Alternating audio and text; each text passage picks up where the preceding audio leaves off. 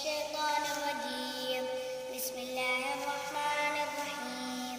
لم يكن الذين كفروا من أهل الكتاب والمشركين منفكين حتى تأتيهم البينة رسول من الله يتلو صحفا مطهرة فيها كتب قيمة وما تفرق الذين أوتوا الكتاب إلا من بعد ما جاءتهم البينة وما أمروا إلا ليعبدوا الله مخلصين له الدين حنفاء ويقيموا الصلاة ويؤتوا الزكاة وذلك دين القيمة.